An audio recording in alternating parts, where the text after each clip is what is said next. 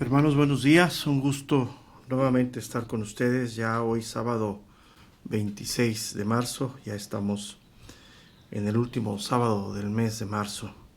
Damos gracias a Dios porque nos permite pues seguir en su misericordia, seguir con esta serie de estudios acerca de la carta de Tito, que hemos denominado esta serie La Doctrina de Dios, el título de la serie, de esta serie de enseñanzas. Y hemos estado en los primeros 3 versículos, nos ha llevado varias semanas en esta introducción, en este saludo o introducción que da esta carta de Tito, escrita por el apóstol Pablo.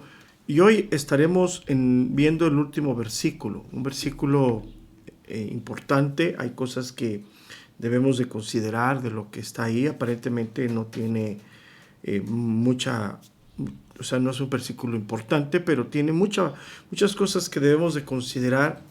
¿En cuanto a qué? En cuanto al compañerismo, primeramente, que había entre el apóstol Pablo y Tito, entre el amor, la amistad, el trabajo en equipo que había en ellos, en esa situación tan difícil que se estaba viviendo en esta isla de Creta. Pablo tenía que encomendar a alguien de su confianza, no una confianza en el aspecto natural, sino una confianza en el camino espiritual, un hombre que podría o debería dar respuesta a lo que Dios estaba pidiendo en un lugar tan difícil en cuanto a la fe, en cuanto a la doctrina, en cuanto a muchas cosas que estaban sucediendo en ese momento. Entonces, hemos estado aquí en los primeros versículos de esta introducción, o lo que se conoce como el saludo a la carta. Por eso es una carta, porque va dirigida a una persona, y en este caso es a Tito. Entonces ya aquí en el versículo 4 nos damos cuenta a quién va dirigida la carta: a Tito. Le dice el versículo 4, a Tito, verdadero hijo en la común fe, gracia, misericordia y paz de Dios Padre y del Señor Jesucristo nuestro Salvador. Entonces, este destinatario Tito, ¿sí? Realmente se sabe muy poco de él. Realmente sus apariciones son pocas. El libro de los Hechos, no aparece como tal, grandemente sus apariciones. Entonces, tenemos que buscar por qué hay esa confianza, esas referencias personales, ¿sí? Y vemos que Tito fue un compañero, pues, en el ministerio apostólico de Pablo, ¿no? Un compañero fiel de todo este ministerio, ¿sí? Entonces vamos a ver que a través de las otras cartas, esa confianza que había en Tito. Voy a leer segunda carta de los Corintios, capítulo 2, verso número 12. Segunda carta de los Corintios, capítulo 2, versículo número 12. Dice: cuando llegué a Troas para predicar el evangelio de Cristo, aunque se me abrió puerta en el Señor, no tuve reposo en mi espíritu por no haber hallado a mi hermano Tito. Así, despidiéndome de ellos, partí para Macedonia. Segunda de Corintios, capítulo 8, verso 23. Segunda de Corintios, capítulo 8, versículo número 23. En cuanto a Tito, es mi compañero y colaborador para con vosotros, y en cuanto a nuestros hermanos, son mensajeros de la iglesia y gloria de Cristo. Entonces, como vemos aquí, tanto en la isla de Creta como en Corinto, Tito tenía unas tareas de confianza, tareas arduas, difíciles, que el apóstol Pablo le encomendaba, ¿sí? Entonces, vemos cómo él, en ciertas tareas específicas, él era encomendado para llevar a cabo de eso. Entonces, ¿en dónde aparece Tito? Aparece Tito en el libro de los Hechos, en el capítulo 15, a donde se va a tratar un asunto difícil de la iglesia, que es lo que se conoce como el Concilio de Jerusalén, ¿sí? Ese concilio fue convocado porque había aparecido algunos predicadores judaizantes en Antioquía, iglesia en la cual Pablo y Bernabé eran miembros, enseñando que la circuncisión era un requisito ineludible para los cristianos. Pablo y Bernabé, aunque eran judíos, se habían opuesto fuertemente a esta enseñanza. Pero ya que hubo una controversia, según lo que describe el libro de los Hechos, fuerte, ¿sí?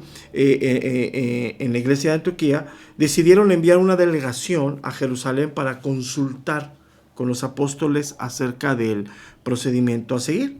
Entonces, esto lo vemos en el libro de los Hechos, capítulo 15, pero hay otro paralelo de esto que sucedió en el libro de los Hechos, en el capítulo 15, otro paralelo que es en la carta a los Gálatas, en el capítulo 2 de la carta a los Gálatas. Voy a dar lectura ahí, Gálatas capítulo 2, verso número 1. Vemos el paralelo, ¿no?, de lo que está sucediendo. Después, pasando 14 años, subí otra vez a Jerusalén con Bernabé, llevando también conmigo a Tito. Pero subí según una revelación, y para no correr o haber corrido en vano, expuse en privado a los que tenían cierta reputación el evangelio que predico entre los gentiles. Mas ni aun Tito, que estaba conmigo con todo y ser griego, es bien importante esto, o sea, Tito era un gentil, con padre griego, fue obligado a circuncidarse, y esto a pesar de los falsos hermanos introducidos a escondidas, que estaban para espiar nuestra libertad que tenemos en Cristo Jesús, para reducirnos a esclavitud. Entonces, vemos algo es bien importante, aquí una mención bien importante. Tito era gentil, Pablo era judío. Ok, esto lo vamos a ir viendo todo eso. Dice, entonces, regresemos a lo que sucedió. El desenlace del concilio fue de suma importancia para la historia de la iglesia, ¿no? Obviamente, bajo la dirección del Espíritu Santo, el consejo que se llevó a cabo fue no exigir a los creyentes esta asimilación al judaísmo, ¿no?, sino que se había establecido ya una libertad cristiana. Qué importante, ¿no?, ese concilio, ¿no? ¿Por qué? Porque ese concilio determinó lo que era el verdadero evangelio de Dios, ¿no? Ya no iba a ser lo que pretendían mucho, una mezcla entre el evangelio de la gracia y el legalismo judío. Y ahí ese concilio de Jerusalén vemos que pues llevó a esa conclusión, ¿sí?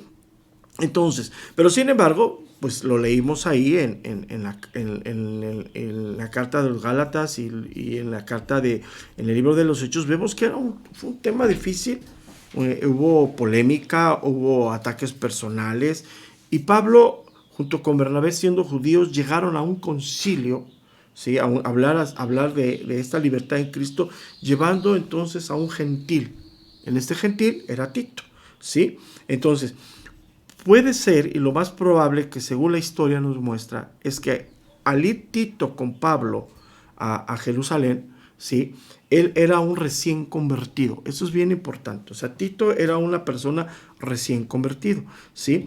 Entonces, Pablo, obviamente, tiene una intención muy clara llevando a un recién convertido, ¿sí?, a Jerusalén, a hablar con el concilio de Jerusalén, y obviamente en ese concilio estaban los judaizantes, ¿no? Obviamente estaban ahí. Entonces, imaginemos que en ese momento pues hubo presión, hubo críticas, hubo exasperaciones, hubo pues actitudes no correctas, ¿no? Pero sin embargo, aquí empieza a mostrar el carácter de Tito. ¿Por qué esa confianza del apóstol Pablo en Creta, en Corinto? ¿Por qué esa confianza? Porque ya desde este momento, en su pequeño inicio en la fe cristiana, Tito, siendo gentil, mostraba ya un carácter, mostraba ya tener un dominio propio, mostraba tener esa capacidad, ¿sí? Lo que él escuchó, lo que él vio, según lo que nos enseña la historia, porque siguió adelante, encaminado con ciertas responsabilidades, ¿sí? Él no menguó, él se estableció bien, ¿sí? Entonces, ¿qué es importante, no? Dios le permitió a Tito, obviamente bajo la cobertura, bajo la guía de su maestro, de su padre espiritual, Pablo, Dios le permitió a Tito vivir esos tiempos de tensión, de presión, ¿sí? Y ver un conflicto serio, ¿no?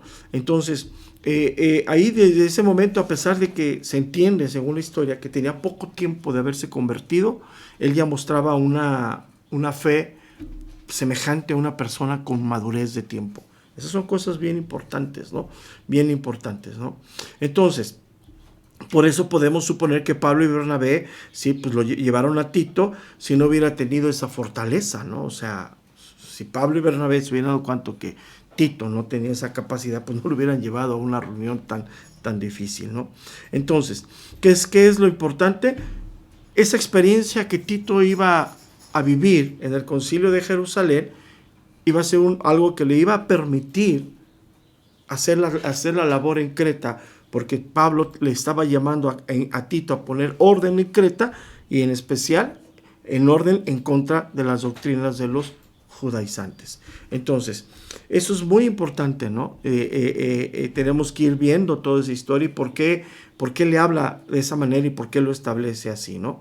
Entonces, todo esto, más o menos, podemos, según la historia nos da, que no hay fechas concretas, fue entre el año 53 y el año 58 después de Cristo. ¿Sí? Los viajes misioneros del apóstol Pablo, de aquí a allá, que anduvo de un lado a otro, en Corinto, en esos viajes Roma, todo eso, ¿no? Segunda carta de los Corintios, capítulo 7, verso número 6, por favor. Segunda carta de los Corintios, capítulo 7, verso número 6. Dice, pero Dios, que nos consuela a los humildes, nos consoló con la venida de Tito. Y no solo con su venida, sino también con la consolación con que él había sido consolado en cuanto a vosotros, haciéndonos saber vuestro gran afecto, vuestro llanto, vuestra solicitud por mí, de manera que me regocijé aún más.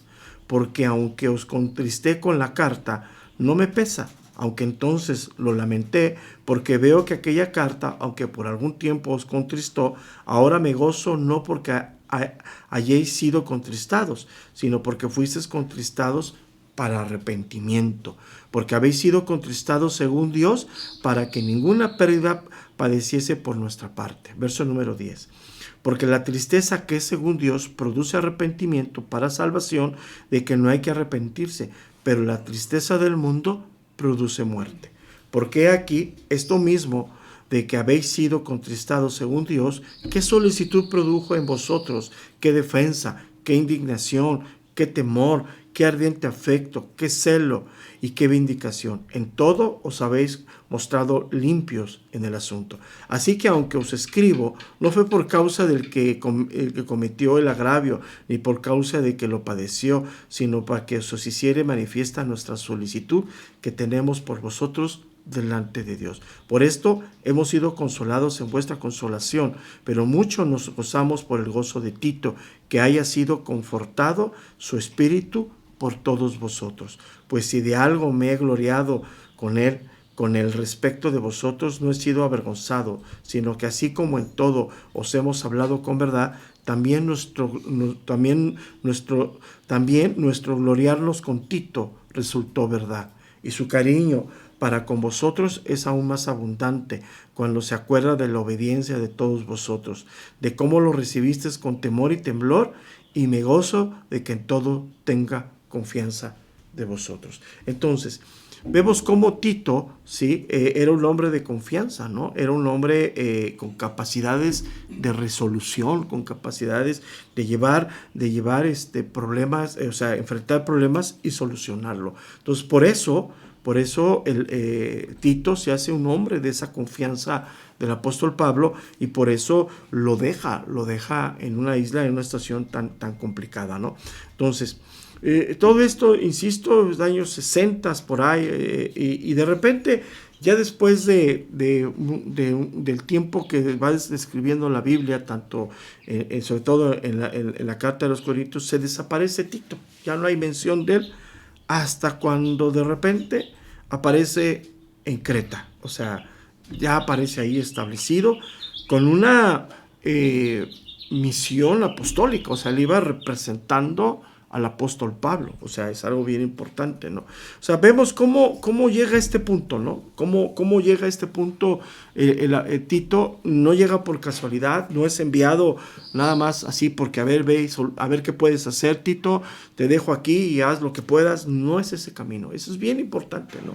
Bien importante. Yo creo que todos tenemos que mostrar en su momento el carácter, que somos personas confiables para la obra de Dios, ¿no? Y aquí Tito lo está haciendo, ¿no? Muchos quieren ser participantes, muchos quieren hacer, pero no demuestran esa confianza, no tienen esa capacidad espiritual de tener esa confianza para afrontar y tener soluciones, ¿no?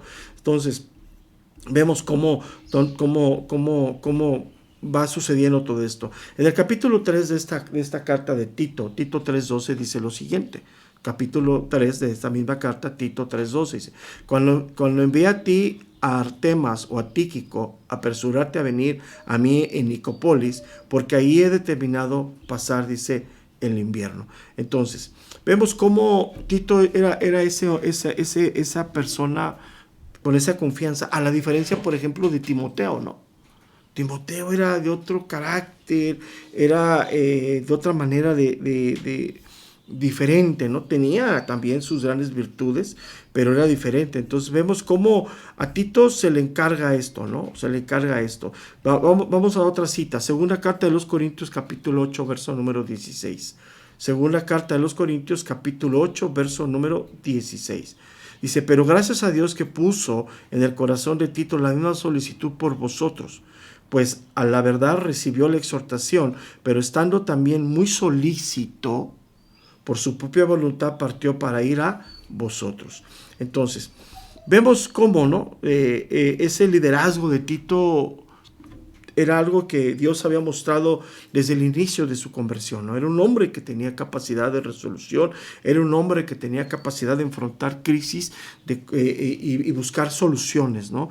Soluciones claras a la palabra de Dios. Eso es bien importante, ¿no? Entonces, era un hombre que tenía iniciativa, que tenía entusiasmo, dedicación, y algo bien importante y que hoy desafortunadamente se carece, aún dentro del ministerio: entrega la obra de Dios. Eso es fundamental. O sea, esto es algo que hoy nos lleva a la reflexión, ¿no? Un hombre servicial totalmente en el ministerio. Leemos una y otra vez en la segunda y la primera carta de los Corintios la labor de Tito. Vemos cómo este hombre tenía ese servicio, ¿no? Entonces, hoy ese servicio que tenía Tito era enamor a la iglesia, enamor a las personas, ¿no? Y hoy vemos cómo desafortunadamente hoy eso se carece totalmente, ¿no? Hoy se sigue creyendo, desafortunadamente, que la labor de servicio, el amor a la obra, la preocupación por las cosas de la iglesia es para unos cuantos, ¿no? O sea, como si el domingo fuera una responsabilidad solamente para unos cuantos, ¿no? El hacer la obra de Dios. Y eso es lo que hoy carece, ¿no? Vemos este hombre cómo fue llevado a ese lugar, se le dio una tarea difícil, ardua, de poner orden. Ya llegaremos ahí las próximas semanas. O sea, Pablo le dice: mira, vas a poner orden aquí, aquí, aquí, y le vas a hablar a la iglesia en el lugar que está así, así, así. Y vemos por qué, porque era un hombre servicial, un hombre comprometido con la obra de Dios. Y hoy, hermanos, de veras, lo digo en cierto nivel de preocupación y en cierto desánimo a veces, de que no hay esa parte hoy en la iglesia, ¿no? Hoy la iglesia no entiende esos principios. Hoy, aún dentro del liderazgo pues voy y cumplo, ¿no? No es así. Debe de haber un compromiso a la obra de Dios. Debemos aprender a ser serviciales en el amor a Dios y en el amor a la iglesia, ¿no? Dice la segunda carta a los Corintios, capítulo 7, verso número 15, dice: y su cariño para con vosotros es aún más abundante cuando se acuerda de la obediencia de todos vosotros, de cómo lo recibiste con temor y con temblor, ¿sí? Entonces, hoy vemos que falta esa conciencia de servicio, ¿no? Un servicio con las motivaciones correctas, un servicio sin buscar intereses, un servicio sin querer obtener, ¿no? Servicio a Dios. Y el ejemplo de ese servicio se llama Tito. Un hombre gentil, que desde el principio, como lo fui llevando en el concilio de Jerusalén, era un hombre recién convertido. Y fue llevado por Pablo y por Bernabé a ese concilio, vio, oyó, obviamente ha de haber recibido rechazo de los judaizantes. Y eso no lo movió. Él siguió trabajando en las cosas de Dios, ¿sí? Y habla un hombre de integridad que hoy hace falta en el ministerio, ¿no? Personas íntegras que quieran servir con las motivaciones correctas, servir por el amor a Dios que pone Dios en nosotros, a los que nos ha llamado al servicio. Si quieres nuestro, ese amor con las motivaciones correctas, no con intereses personales. O sea, eso es algo que hoy desafortunadamente, y siempre ha sido, ¿no? Falta, ¿no? Esa verdadera pasión por la obra de Dios, esa verdadera responsabilidad que debemos de asumir todos los que nos ha llamado Dios al servicio, no importa en aquel ministerio que estés, ¿no? No importa, o sea, el ministerio todos son útiles, todos son llamados por Dios, todos son constituidos por Dios, no hay niveles en la iglesia hay orden nada más. Es todo. Algunos tenemos mayores responsabilidades, eso es todo. Y bajo esas responsabilidades pues, se nos ha dado los dones, pero todo es importante. Vamos a la segunda carta de los Corintios, capítulo 12, verso 17. Segunda carta de los Corintios, capítulo 12, verso 17, dice: ¿acaso os ha engañado por alguno de los que he enviado a vosotros? Rogué a Tito y envié con él al hermano, y ahí no sabemos ni qué hermano es, nunca aparece el nombre. ¿Os engaña acaso Tito? ¿No hemos procedido con el mismo espíritu y en las mismas pisadas? Fíjate qué impresionante es esto, ¿no? Hoy es algo fundamental esto que debemos de reflexionar, ¿no? Debemos de reflexionar quién era Tito. Entonces, cuando dice el apóstol Pablo a Tito, pues se está refiriendo a una persona que él conoce, una persona que ha demostrado ese servicio, ese amor, esa integridad en el ministerio. Y hoy hace falta eso. Hoy hace falta que verdaderamente los que estamos sirviendo, no importa en el lugar que estés sirviendo, encontremos las verdaderas motivaciones del servicio, puras y limpias, que vienen de parte de Dios. Y eso en automático nos va a llevar al compromiso, a la devoción que debemos de tener todos los servidores, todos los que hemos sido, por no decir toda la iglesia, porque toda la iglesia es llamada a ese servicio, ¿sí? Pero sin embargo, pues hoy hacemos un llamado a esa parte, ¿no? Al liderazgo de la iglesia, a encontrar en Dios las verdaderas motivaciones que nos hagan servir, el verdadero compromiso de la obra a la cual Dios nos ha encomendado. Y insisto, no es para unos cuantos, ¿eh? Eso es otro de los grandes males, que no dejaré de levantar la voz. No es la responsabilidad de un puñado de hombres y mujeres soportar el servicio dominical de la iglesia. No es así. No es así. Porque el mismo que llega a limpiar es el mismo que da una clase a un niño y los demás no están. Y eso no es así. ¿Por qué? Porque no hay verdaderas motivaciones. No se encuentra la verdadera motivación en el corazón. Y eso parte de un problema que hay, ¿sí? Hay hoy en la iglesia. Hoy las motivaciones dentro del servicio son totalmente equivocadas. ¿Qué voy a obtener? ¿Qué me van a reconocer? ¿Qué me va a servir? No, nada. No vamos a obtener nada. No nos van a reconocer nada. ¿Y nos van a pagar más? No. Es algo que hoy tenemos que reflexionar fuertemente. Y sigue adelante, ¿no? Dice a Tito, verdadero hijo en la común fe. Y aquí vemos cómo empieza a hablar Pablo de algo muy importante, ¿no? ¿Por qué es esa confianza? ¿Por qué es eso? Pues porque lo que Pablo conocía y servía de Dios a través de lo que él describe como fe, porque la fe no nomás es creer, sino también es entender, Tito también lo estaba haciendo. Y esta frase es bien importante, ¿no? Se entiende cuando dice verdadero hijo en la común fe, se entiende con esa expresión que el que le había compartido de Cristo había sido Pablo a Tito. Fíjate, no, es que importante, ¿no? Y algo bien importante, ¿no? Debería de haber primero de parte de Tito hacia Pablo un agradecimiento, ¿no? Y un profundo afecto de lo que representaba la persona de Pablo para Tito, ¿no? ¿Sí? Y es algo bien importante. Pero ¿por qué le dice verdadero? Esta palabra verdadero significa genuino, legítimo. ¿Qué quiere decir esto? Que tenían los mismos principios morales y espirituales. Tenían la misma convicción, los dos. O sea, lo que motivaba al apóstol Pablo a la predicación, a la fidelidad de la palabra de Dios y al servicio, porque Pablo era un misionero incansable, iba aquí, iba allá, predicaba, fundaba y hacía. Lo estaba viviendo también Tito. Entonces por eso le dice verdadero, que significa genuino, legítimo. Es algo bien importante, ¿no?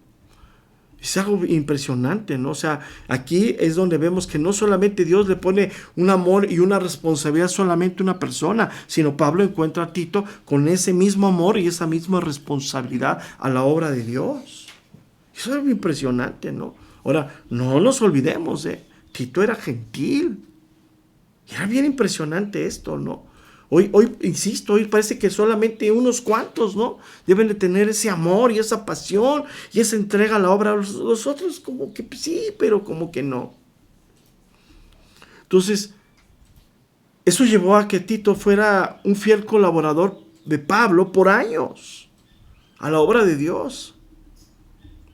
¿Sí? Podemos decir que era esa relación tan importante, ¿no? De lo que estaban viviendo, ¿no? Entonces, imagínate cuando Pablo era perseguido, Tito era perseguido. Cuando Pablo era vituperiado, pues Tito también lo era. Así es lo que hoy tampoco no se quiere padecer, ¿no? Entonces, ¿qué significa la común fe? Bueno, pues solamente hay una fe, ¿no? O sea, no hay mucha en eso. Es una sola fe. Aunque hoy los teólogos lo definen como fe objetiva y fe subjetiva, pero es una sola fe, ¿no? ¿Qué es la fe objetiva? La fe objetiva es aquel cuerpo de doctrina en el cual creemos, ¿sí? O sea, es decir, tenemos una sola fe que puede significar que creemos lo mismo, dependencia totalmente de Jesucristo.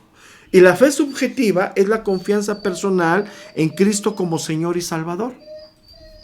Entonces, vemos algo bien importante, que creían lo mismo y confiaban lo mismo, Pablo y Tito. Y eso es bien importante, ¿no? Porque hoy no se puede hacer ese equipo, porque hoy no se puede trabajar en equipo, porque no se cree y no se confía en el mismo nivel. Y es algo que nos está faltando.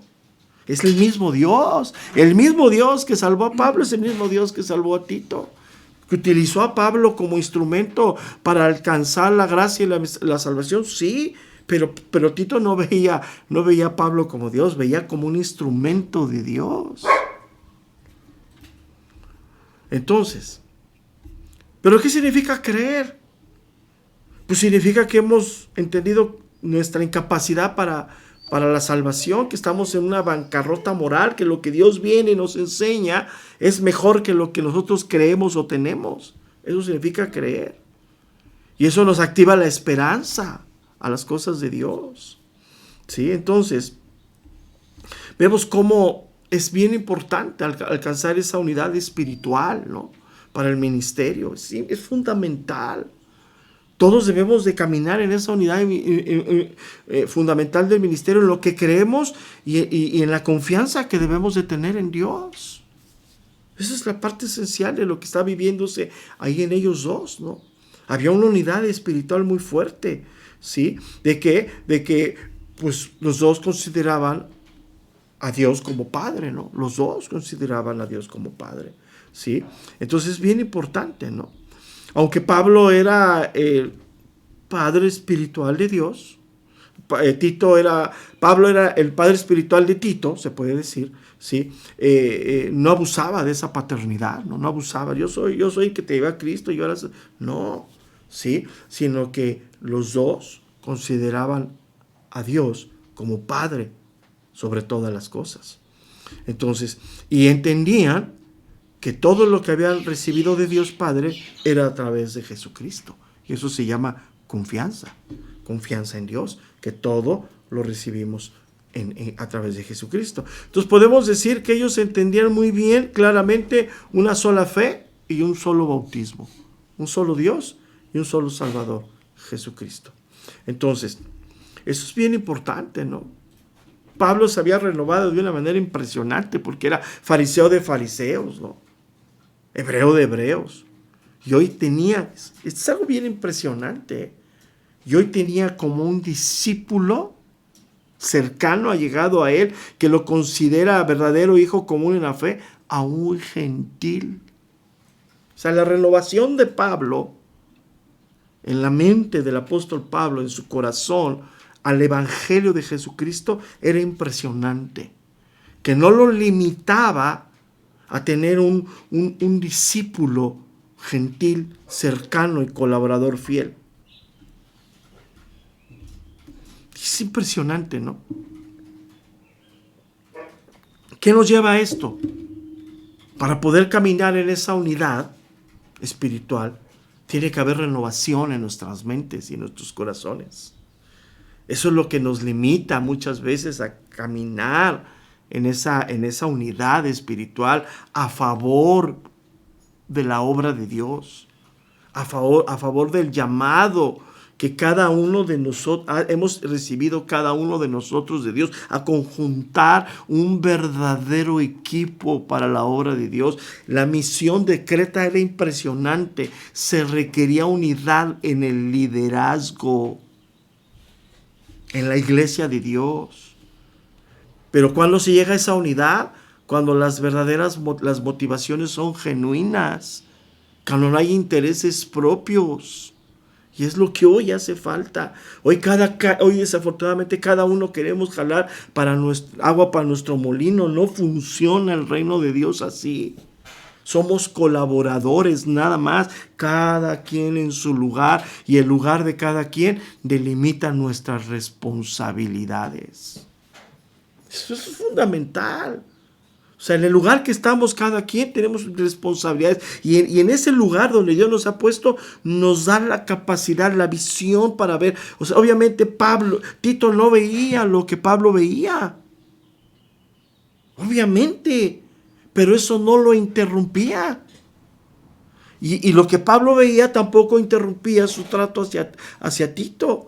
Porque era un hombre que había crecido y que estaba caminando con él y lo estaba encargando ciertas cosas difíciles. Corinto lo estamos viendo. Hoy es lo que falta en la iglesia. Hoy todo el mundo quiere para sí, todo el mundo se siente pastor. Todo el mundo siente con capacidad de opinar, pero cada quien en su lugar. Qué bueno que tengas ese anhelo, pero cuando las motivaciones no son correctas, hay un conflicto, totalmente. Un conflicto serio. Entonces, hoy nos hace falta esa reflexión. Y una de las cosas que aquí vemos, que cuando las motivaciones son correctas, y las motivaciones nos llevan a ponernos en el lugar correcto, se forjan inquebrantables vínculos en el ministerio. Y hoy hace falta ese compañerismo cristiano. Hace falta tremendamente. Cada quien en su lugar, cada quien a donde nos dejó Dios, a donde nos puso Dios, ahí sed celosos de la obra de Dios. Hoy hay competencia, hoy queremos ser mejores que otros. No, nada de eso. Realmente tenemos que reflexionar. Tenemos que ir a la Biblia. Tenemos que ir a esos principios que están ahí entre dos hombres, que Dios en su soberanía los juntó para la gloria de Dios. Por eso es tanta reflexión, ¿no? Tanta reflexión. Hoy ahí nos demuestran que no hay barreras sociales ni políticas. Es aprender a trabajar en unidad en el cuerpo de Cristo. Qué necesario, necesitamos voltear los ojos a la Escritura y dejarnos de tantas cosas que hoy, lejos de edificar, estorban la obra de Dios. Y seguimos adelante y al final dice varias cosas, dice 3 cosas fundamentales: gracia, misericordia y paz. De Dios nuestro Padre, fíjate cómo lo distribuye, de Dios Padre y del Señor Jesucristo nuestro Salvador. La gracia, la misericordia y la paz vienen de Dios como Padre y somos receptores de esa gracia, de esa misericordia y de esa paz a través de la obra vicaria de Cristo en la cruz. O sea, unidad, amor hacia la iglesia. Todo se genera en el corazón del Padre y todo se completa en el corazón del Hijo, vicariamente. Es algo impresionante, ¿no? Es algo que lo leemos ahí y nos damos cuenta, ¿no? Nos damos cuenta. Gracia, misericordia y paz. Que todo eso se obtiene solamente a través de Cristo. Ellos, a pesar de la gran obra que iban a enfrentar, de los grandes conflictos que iban a venir por delante, el enfrentar a toda esa desviación doctrinal y todo eso que golpeaba a la iglesia, ellos tenían que aferrarse a la gracia y a la misericordia y paz que venían de Dios y el Padre, o sea, de Dios Padre, a través de la obra redentora de Jesucristo. Y aquí habla pocas veces, prácticamente en esta carta, representa al Señor Jesucristo como nuestro Salvador. Y hace una mezcla de palabras el apóstol Pablo, como siempre, ¿no? De la palabra gracia, la palabra charis, que viene del griego, ¿sí? Que es una palabra que se fue mezclando, la palabra chairén, que significa saludos, que se desprende de la palabra shalom. O sea, es una mezcla de todas esas cosas, ¿no? Pero sin embargo, es algo bien importante, ¿no? Es la gracia es la que nos lleva a esa paz con Dios, ¿no? La gracia de Dios, ese favor inmerecido hacia nosotros, porque por gracia somos salvos. A través de esa gracia recibimos la misericordia de Dios, de haber nacido de nuevo, de haber perdonado todas nuestras maldades, ¿sí? Y nos lleva a esa paz, a esa reconciliación con Dios. A eso se está refiriendo. Y todo eso es a través de la obra redentora de Cristo, ¿no? Que es el que los había llamado, el que los había puesto, ¿sí? Entonces, podemos decir que es el resultado de esa reconciliación, ¿no? Haber recibido la gracia, la misericordia y la paz de Dios. Es el resultado de esa reconciliación con Dios, ¿no? Es el resultado de esa plena confianza que hoy debemos de tener en Dios y es el resultado de esa devoción que hoy debemos de tener a Dios en nuestras vidas. Entonces, como vemos, es una salutación que nos hace mucha reflexión, ¿no? De lo que está diciendo, ¿no? El origen de todo eso es en el corazón del Padre, ¿no? Por eso pone Dios y Padre, ¿sí? Y la obra redentora de Cristo es fundamental. Nadie va a alcanzar la gracia, la misericordia y la paz de Dios si no es a través de Jesucristo. Eso es fundamental, ¿no? Es algo que hoy, si nosotros somos receptores de eso, es por los méritos de Cristo, no porque ninguno de nosotros ni nadie se lo haya ganado por sí mismo, sino es por la pura gracia de Dios. Entonces, pero ¿a qué lleva todo esto? ¿A qué lleva todo esto? Uno de los énfasis que ya lo vimos hace unas semanas es la vida de piedad de esta carta. ¿Qué es la vida de piedad? La vida que se asemeja a Dios o la vida que viene como resultado de la doctrina de la enseñanza bíblica. Pocas palabras, el carácter de los cristianos.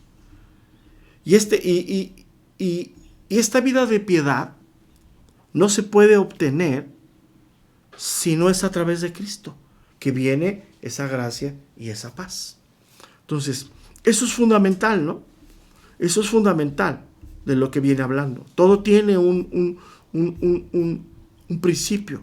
Somos llamados a esa vida de piedad por lo que hemos recibido de Dios a través de Jesucristo.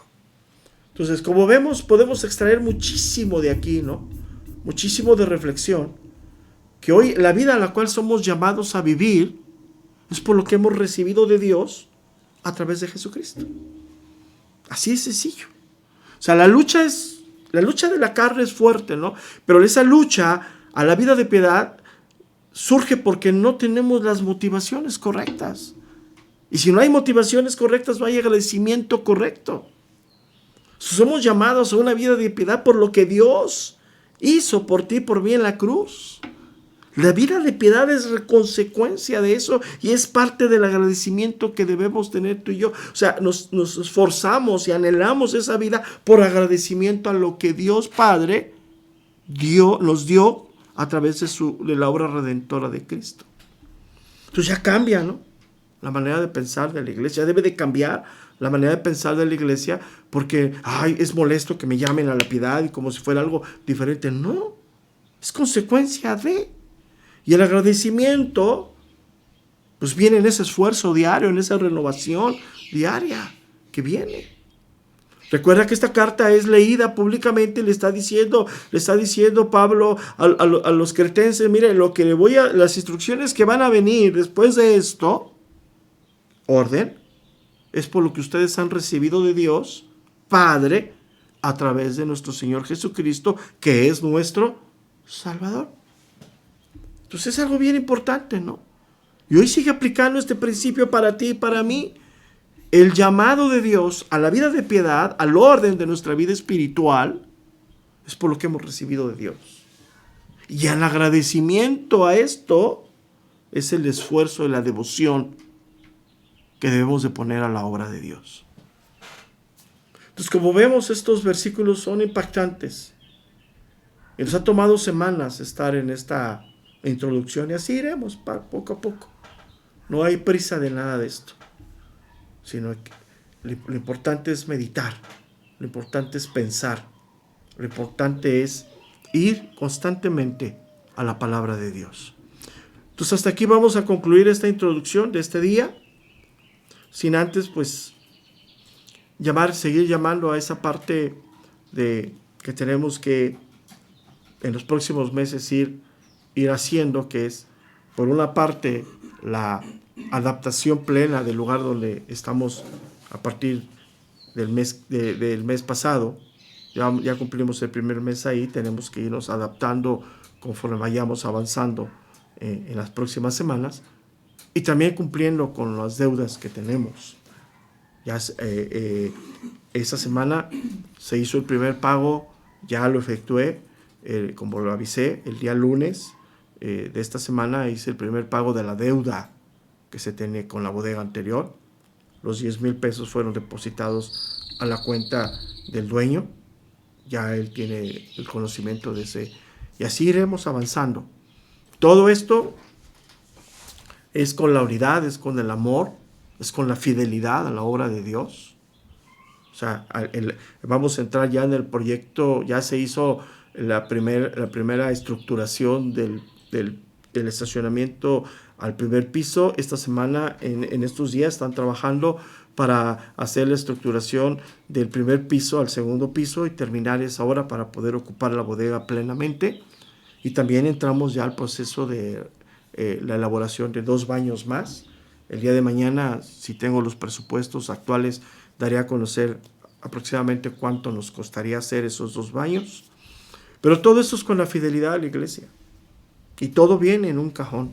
Todo viene en esas motivaciones correctas, en esos deberes correctos. Hoy una de las cosas que la iglesia no quiere entender, y nos cuesta trabajo entender, que tenemos deberes y responsabilidades como hijos de Dios.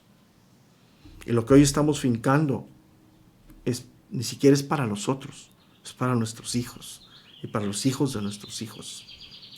Tenemos que seguir trabajando. Entonces, como siempre, lo seguiré exhortando a esa participación en todas las áreas y obviamente en esa fidelidad, en la participación económica hacia la obra de Dios, diezmos y ofrendas es fundamental para que la obra se sostenga. Seguiremos haciendo esos trabajos en la medida en que podamos tener la disponibilidad. Dios les bendiga, hermanos, y como siempre el día de mañana nos estamos viendo en nuestras reuniones generales, en nuestra transmisión habitual. Estaremos transmitiendo como llevamos años haciéndolo y lo seguiremos haciendo. Dios les bendiga y primeramente Dios nos estamos viendo el día de mañana.